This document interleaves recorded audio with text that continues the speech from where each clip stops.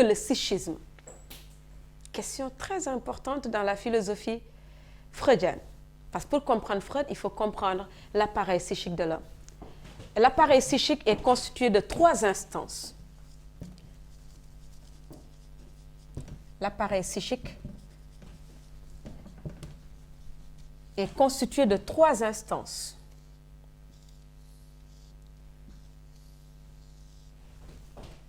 Et ces instances-là, pour comprendre, on voit ici qu'avec l'appareil psychique de Sigmund Freud, on voit, et de l'homme du moins, on va voir que le jeu de Descartes diffère du jeu de Freud. Parce que le jeu de Freud, pour comprendre, il faut comprendre l'appareil psychique. L'être humain est constitué de ça, de moi et de surmoi. Qu'est-ce que c'est que le ça? Point d'interrogation. Le ça, c'est le lieu des désirs et des pulsions sexuelles. Pourquoi le lieu des désirs et des pulsions sexuelles? Parce que le ça ne connaît que le nafs.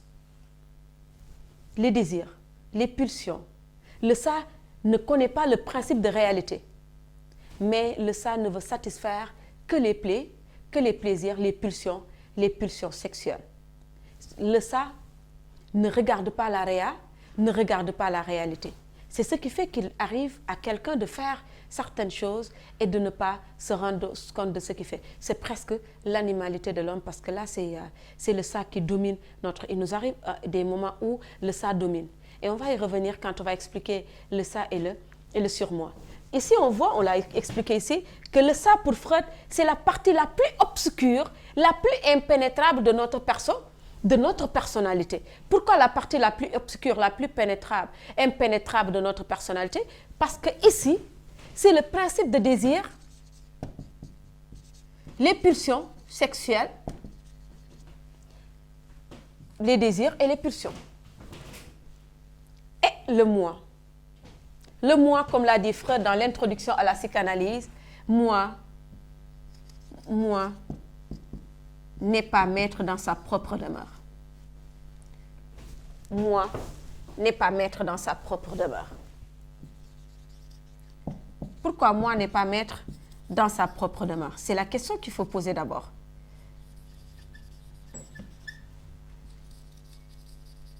Pourquoi moi n'est pas maître dans sa propre demeure? Parce qu'il nous arrive de faire quelque chose et de ne pas se rendre compte. Parce que moi, ici, c'est comme, je vais vous donner l'exemple, c'est comme la reine d'Angleterre. Elle règne, mais elle ne gouverne pas. Moi aussi règne, mais elle ne gouverne pas. Elle joue le rôle d'arbitre. Elle joue le rôle d'arbitre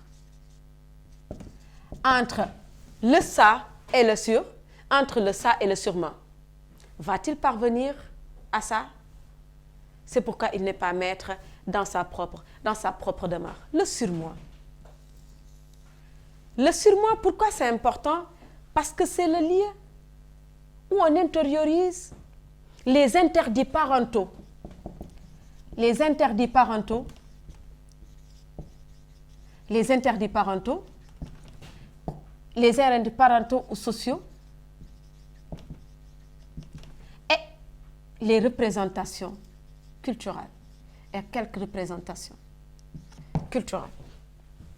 On voit par là que moi, il faut noter que moi aussi est inconscient. Il est inconscient. Le ça aussi est inconscient. Pourquoi le surmoi est inconscient? Parce qu'ici, on a intériorisé depuis notre enfance les interdits. Ne fais pas ça. Toi aussi, en tant que toute couleur, tu ne dois pas faire certaines choses. Ce sont les valeurs on t'a inculquées, que tu ne dois pas te permettre de faire certaines choses. Donc, on me l'a intériorisé depuis le bas âge. Donc, ce qui veut dire que je ne le fais pas consciemment, mais je le fais de manière inconsciente. C'est l'inconscient qui dirige à ce moment-là mes actes. Mais lui, il joue le rôle de censeur. Il veut empêcher au ça de réaliser les désirs qui ne collent pas à la réalité. Parce que ici, c'est le principe de réalité. Ici, c'est le principe de réalité. Alors qu'ici, c'est le principe de Ici, c'est le principe de plaisir. Le ça. C'est le principe de plaisir. Ici, c'est le principe de réalité. Lui, il va s'opposer à ce que ça réalise les désirs et les pulsions qui ne collent pas à la réalité. Donc, ce qui veut dire que son rôle, c'est de censurer. Son rôle, c'est de censurer les désirs qui dérangent. À ce moment-là, on voit que moi est entre le ça et le surmoi. Il peut m'arriver de vouloir faire quelque chose, de sortir. J'ai vraiment envie de sortir. Le ça me dit, mais vas-y, toi aussi, tu as envie de sortir. Vas-y. Le surmoi me dit, n'oublie pas l'éducation que maman t'a inculquée. Elle t'a dit que tu ne dois pas sortir sans mon autorisation. Le surmoi te le rappelle. Donc c'est inconscient. Le moi est là, joue le rôle d'arbitre. C'est pourquoi il nous arrive de vouloir sortir et des fois de reculer, de dire, non, je ne dois pas partir, non. Dois-je partir? Non, je ne dois pas partir parce que je n'ai pas demandé la permission à maman. Donc, on voit par là que moi, dont on pensait être, qui constituait la grandeur de l'homme, n'est plus maître dans sa propre demeure parce que malgré que c'est ici qu'on décide, mais pour décider, il faut qu'il prenne en compte la décision du ça et la décision du surmoi. Pourquoi c'est important? Parce qu'il arrive que quelqu'un, c'est ce qui distingue les hommes, c'est ce qui nous distingue. Parce que si le surmoi pèse très lourd, le ça n'aura pas assez d'effet sur le surmoi. Mais si le surmoi ne pèse pas assez lourd, le ça va dominer le moi et va dicter au moi ce qu'il va faire et ce qu'il doit faire.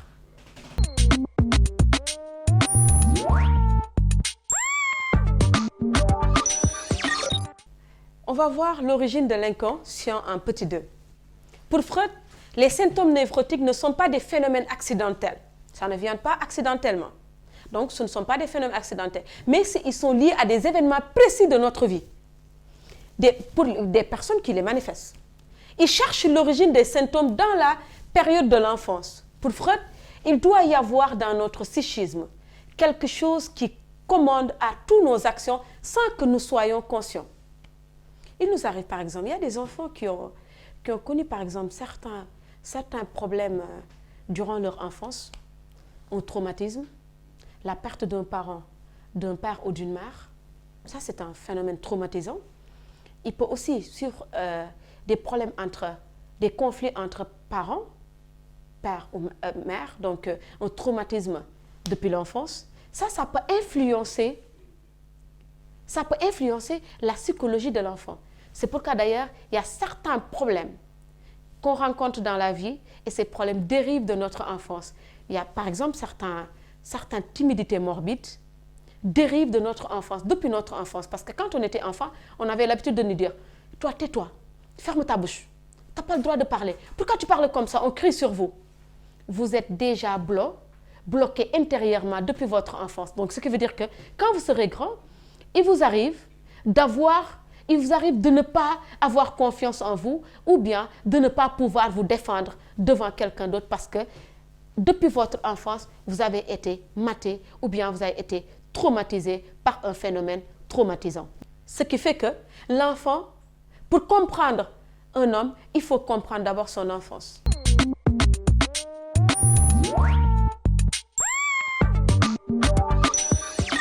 Pour lui, nos choix sont liés à des expériences affectives dès notre plus jeune âge.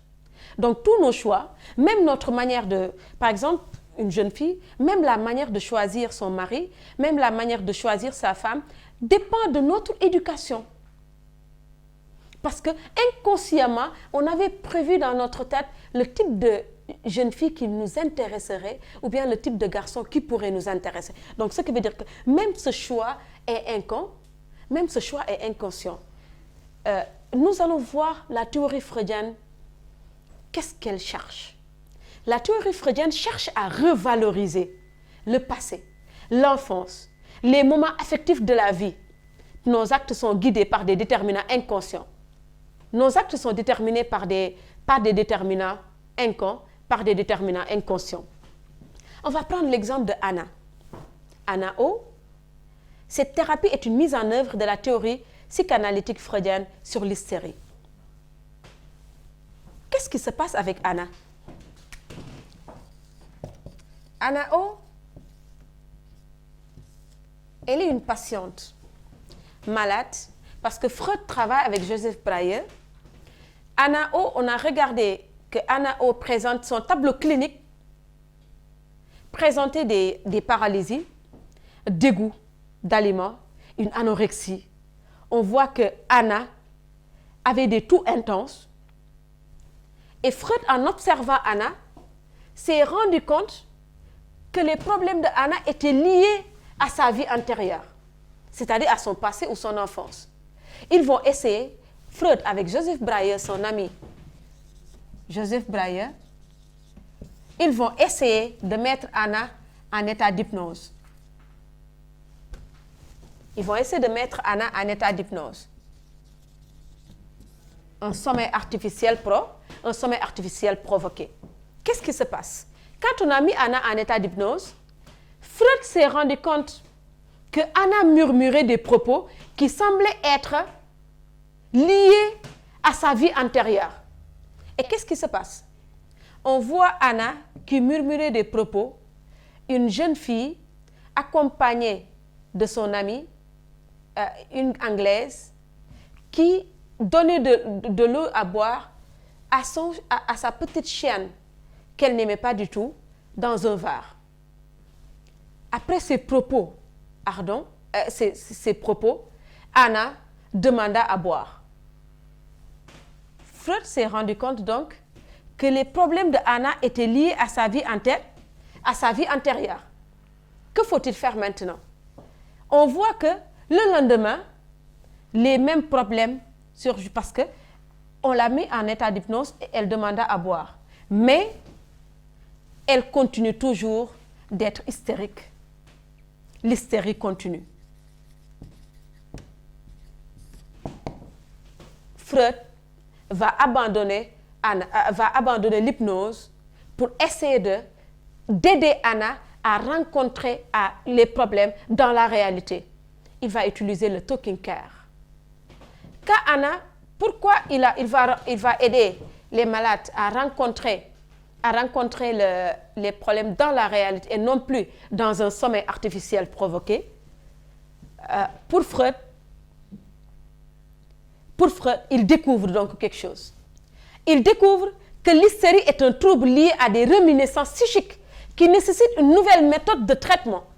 Il va explorer le talking care, une cure par la parole, en partenariat avec Joseph Breuer par une remémoration, le traitement de Anna par l'hypnose. Après, ils vont abandonner l'hypnose pour l'aider à rencontrer les problèmes dans la réalité.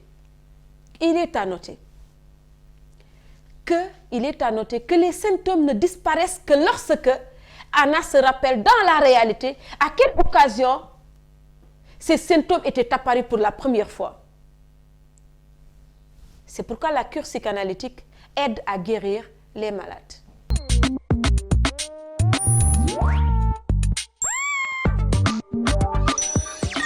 Que peut-on retenir de cette cure psychanalytique?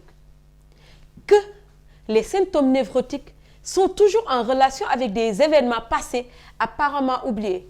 Et le fait de se ressouvenir de ces événements passés permet de les faire disparaître. Pour Freud, les hystériques souffrent de réminiscence. Ils oublient le présent et se rappellent toujours du passé. Tu lui parles, mais il te parle présent, il ne te parle pas d'aujourd'hui, mais il te parle toujours. Vous savez, il m'arrivait un moment où, c'est-à-dire, il te parle toujours du passé. Il souffre de réminiscence. Autrement dit, ces pulsions et désirs ne disparaissent pas, mais seront logés dans l'inconscient. C'est ce qui explique les lapsus, les actes manqués, les sublimations, etc. Ils seront refoulés. Maintenant, qu'est-ce que le refoulement? Le refoulement est un concept purement psychanalytique. C'est un concept freudien et qui est un processus par lequel la conscience chasse les choses qui la dérangent. Parce qu'il nous arrive de penser à une chose, mais de les chasser. On ne veut pas se rappeler de ces choses. Mais ces choses ne disparaissent pas. Seront logées dans l'inconscient. Donc, l'appareil psychique qu'on a montré tout à l'heure, ils seront logés dans l'inconscient. Il est le système de défense du psychisme. On y refoule les souvenirs et les désirs que l'individu ne voudrait pas se rappeler. Donc, ne disparaissent pas. Ils reculent dans l'inconscient et peuvent retourner dans la vie pratique à tout moment. Sans le contrôle de la conscience. C'est ce qui explique les actes manqués. C'est ce qui explique les lapsus. Je vois quelqu'un que je ne voudrais pas voir. Je lui dis un mot. On me dit que, mais comment est-ce que tu peux dire quelque chose, ça à ton oncle? Je dis non, je ne l'ai pas dit à mon oncle. On me dit, mais c'est ce que tu as dit à tonton tout à l'heure. Ce qui veut dire qu'il y a certaines choses que j'ai gardées pour tonton dans mon passé, que j'ai refoulées dans mon inconscient, mais inconsciemment, je vais sortir ces mots que j'ai toujours gardés pour lui sans que la conscience soit vigilante ou bien sans que la conscience puisse contrôler ce que je suis en train de dire. C'est ce qui explique les lapsus, les actes manqués, les névroses, les hystériques, etc.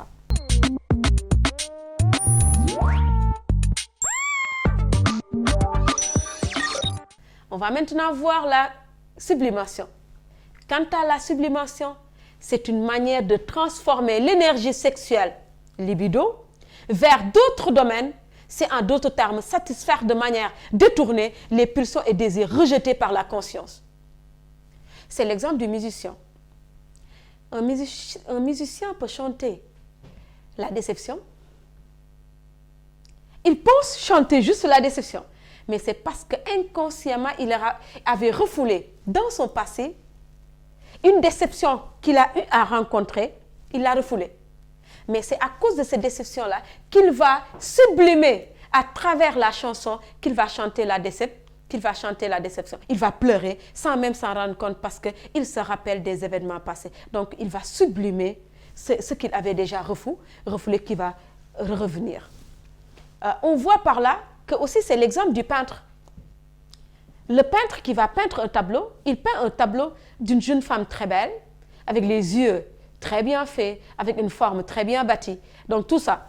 Là, on voit que le peintre ne peint pas juste une femme, mais peint une femme qu'il aime déjà et qu'il a refoulée dans la réalité parce qu'il sait que cet amour entre lui et la femme est impossible. Donc il va le sublimer dans un tableau d'art pour immortaliser son amour dans ce tableau.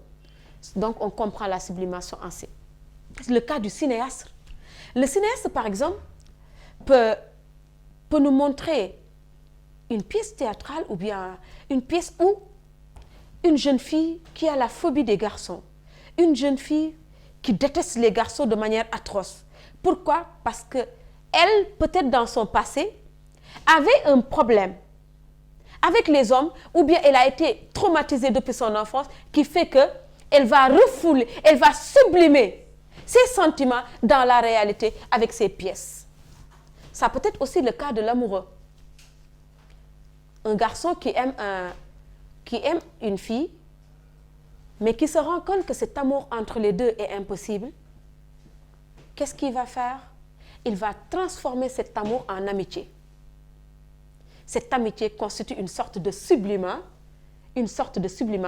transformer le désir dans la réalité, le transférer en amitié. On voit ici donc une sorte de sublimation de l'amour à travers l'amitié.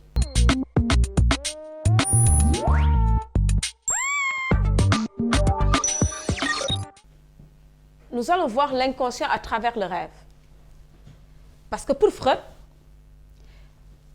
estime que l'interprétation du rêve est la voie royale qui mène à la connaissance de l'inconscient. Car le rêve n'est rien d'autre que la réalisation déguisée d'un désir refoulé. Exemple, je tape un enfant dans la journée. Au moment où l'enfant dort, il rêve d'un jeune qu'on tape très bien, il est traumatisé durant le sommeil. C'est-à-dire, il fait des rêves d'un jeune qu'on est en train de taper. Et là, donc, on voit par là que son rêve n'est pas un hasard. C'est parce que ce qu'il a vécu dans la journée, c'est ce qui explique la façon qu'il rêve ou bien sur les rêves qu'il est en train de faire.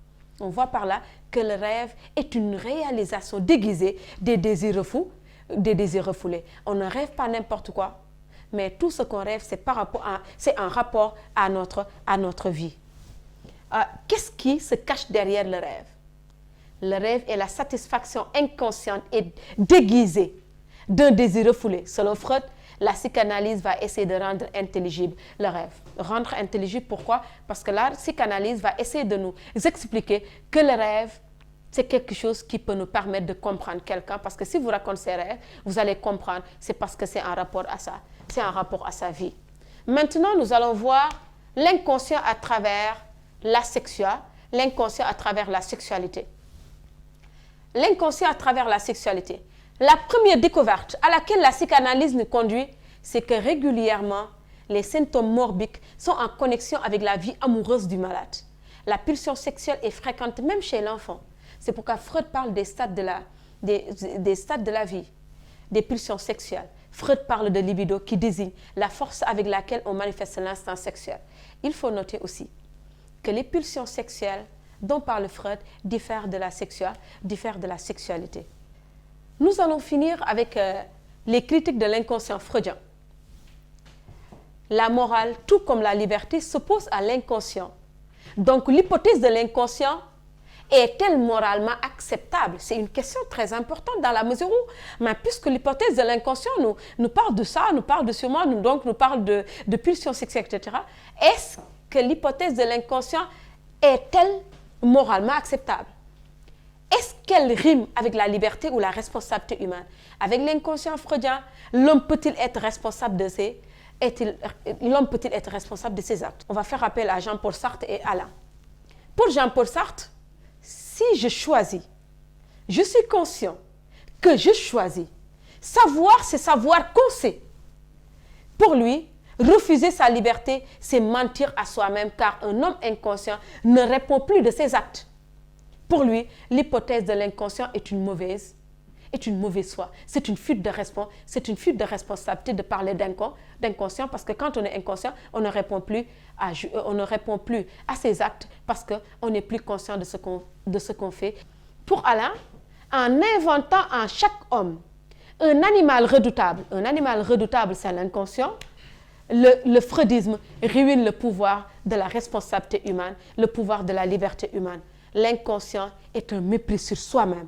Il nous fait fuir nos responsabilités et constitue un obstacle à la liberté. Nous allons maintenant conclure.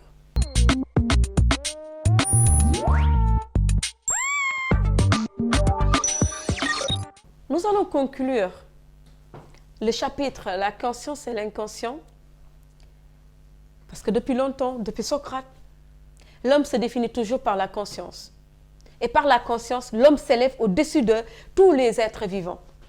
Elle symbolise la grandeur de l'homme. Il faut signaler que l'objectif de Freud n'a jamais été de dire qu'avec l'inconscient, l'homme n'était pas responsable de ses actes. Au contraire, l'homme est toujours responsable, seulement il voulait montrer que ce dernier est très complexe et une investigation en profondeur du psychisme permet une meilleure compréhension de ses actes. Freud a eu le mérite tout de même, il faut le dire, Freud a eu le mérite de restituer au sujet malade la capacité de se soigner en déchiffrant son passé et son enfance. Merci de votre attention. Les questions, vous pouvez les poser dans les plateformes et nous allons répondre à vos questions. Merci beaucoup. J'espère que vous avez compris qu'avec ce cours, ce chapitre, que l'homme peut être défini par la conscience, mais il n'est pas que conscient. Il est déterminé par d'autres mobiles qui dirigent son corps sans qu'il se rende compte, c'est l'inconscient. Donc maintenant, on ne définit plus l'homme que par la conscience, mais l'homme est conscience et inconscient, l'homme est conscience et inconscient, parce qu'il nous arrive de faire certaines choses sans même s'en rendre compte. Merci beaucoup.